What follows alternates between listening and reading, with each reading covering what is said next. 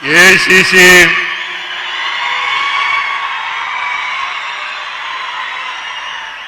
ಅಧ್ಯಕ್ಷರಾದಂತ ಮಾನ್ಯ ಮಲ್ಲಿಕಾರ್ಜುನ ಖರ್ಗೆ ಅವರೇ, ಲೋಕಸಭೆಯಲ್ಲಿ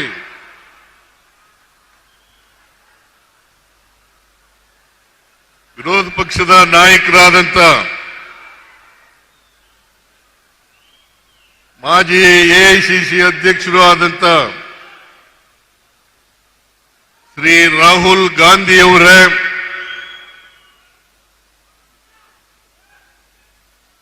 ಎಐಸಿಸಿ ಪ್ರಧಾನ ಕಾರ್ಯದರ್ಶಿಗಳಾದಂತ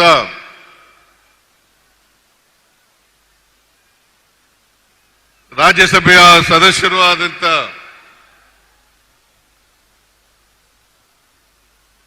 ಶ್ರೀ ರಣದೀಪ್ ಸಿಂಗ್ ಸುರ್ಜೇವಾಲಾ ಅವರೇ,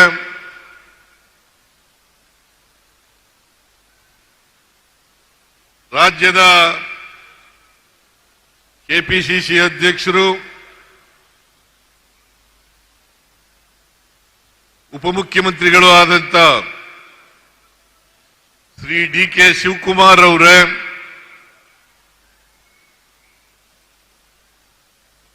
ಕಂದಾಯ ಸಚಿವರಾದಂತ ಶ್ರೀ ಕೃಷ್ಣ ಬೈರೇಗೌಡ ಅವರೇ, ಬಳ್ಳಾರಿ ಮತ್ತು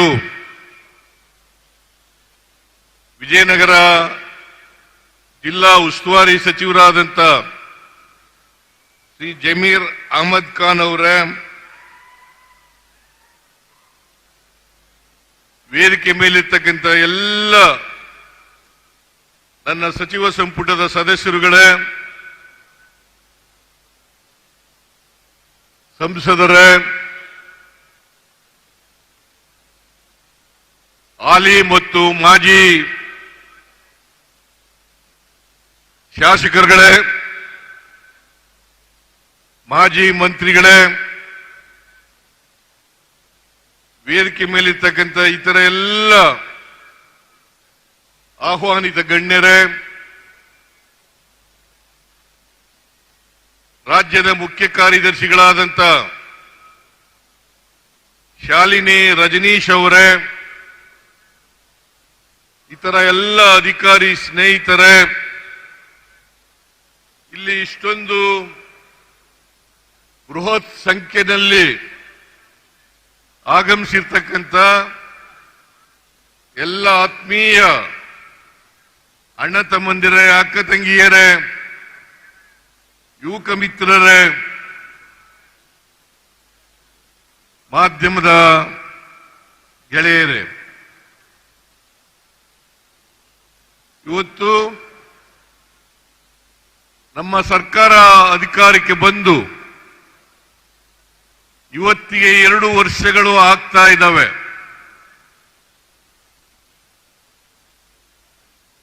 ಈ 2 ವರ್ಷಗಳ ಅವಧಿ ಪೂರೈಸಿದ ಕಾರಣಕ್ಕೋಸ್ಕರ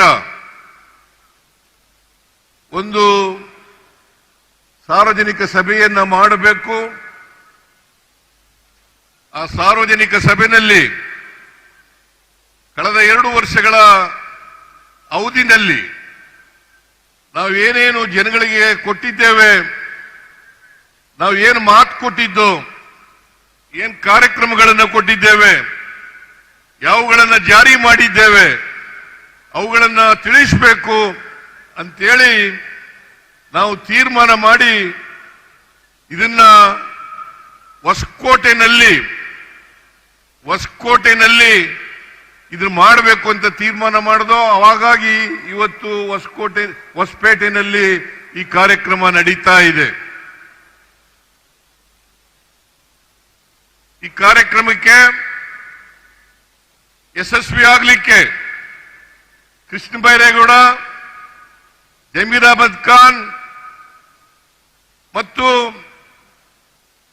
ಹೊಸಪೇಟೆ ಕ್ಷೇತ್ರದ ಗವಿಯಪ್ಪ ಮತ್ತು ಇಡೀ ರಾಜ್ಯದ ಎಲ್ಲ ಶಾಸಕರುಗಳು, ಮಾಜಿ ಶಾಸಕರುಗಳು, ಸಂಸತ್ ಸದಸ್ಯರು ಅವರೆಲ್ಲರೂ ಕೂಡ ಶ್ರಮಪಟ್ಟು ಇಷ್ಟೊಂದು ದೊಡ್ಡ ಪ್ರಮಾಣದಲ್ಲಿ ಜನರನ್ನ ಸೇರಿಸಿ ಈ ಕಾರ್ಯಕ್ರಮವನ್ನು ಮಾಡಿದ್ದಾರೆ.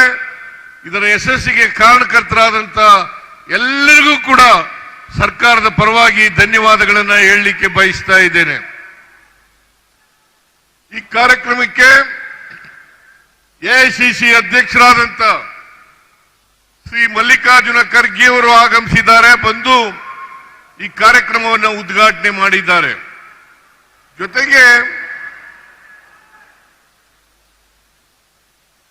ಲೋಕಸಭೆಯಲ್ಲಿ ವಿರೋಧ ಪಕ್ಷದ ನಾಯಕರಾದಂತ ನಮ್ಮೆಲ್ಲರ ನಾಯಕರು ಆದಂತ ಶ್ರೀ ರಾಹುಲ್ ಗಾಂಧಿ ಅವರು ಗ್ರಾಮ ಕಂದಾಯ ಹಕ್ಕು ಪತ್ರಗಳನ್ನು ವಿತರಣೆ ಮಾಡಿದ್ದಾರೆ. ಅವರು ಈವರೆಗೂ ಕೂಡ ನಾನು ಸರ್ಕಾರದ ಪರವಾಗಿ ಅತ್ಯಂತ ಗೌರವಪೂರ್ವಕವಾಗಿ ಧನ್ಯವಾದಗಳನ್ನು ಈ ಸಂದರ್ಭದಲ್ಲಿ ಹೇಳಲಿಕ್ಕೆ ಬಯಸ್ತಾ ಇದ್ದೇನೆ.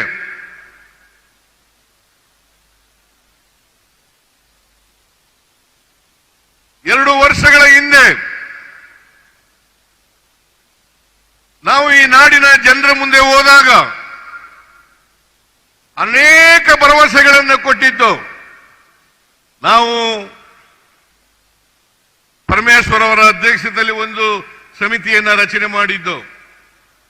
ಅವರು ಮ್ಯಾನಿಫೆಸ್ಟೋವನ್ನು ತಯಾರು ಮಾಡಿ ಈ ರಾಜ್ಯಕ್ಕೆ ಕೊಟ್ಟಿದ್ರು. ಆ ಮ್ಯಾನಿಫೆಸ್ಟೋ ಹೆಸರೇನಪ್ಪ ಅಂತಂದ್ರೆ ಸರ್ವ ಜನಾಂಗದ ಶಾಂತಿಯ ತೋಟ. ಸರ್ವ ಜನಾಂಗದ ಶಾಂತಿಯ ತೋಟ. ನಾವು ಆ ಮ್ಯಾನಿಫೆಸ್ಟೋನಲ್ಲಿ ಸುಮಾರು 593 ಭರವಸೆಗಳನ್ನು ಕೊಟ್ಟಿದ್ದು. 593 ಭರವಸೆಗಳನ್ನ ಆ ಮ್ಯಾನಿಫೆಸ್ಟೋ ಮೂಲಕ ಕೊಟ್ಟಿದ್ದು. ಅವುಗಳಲ್ಲಿ ಕಳೆದ 2 ವರ್ಷದಲ್ಲಿ 242 ಭರವಸೆಗಳನ್ನು ಈಡೇರಿಸಿದ್ದೇವೆ.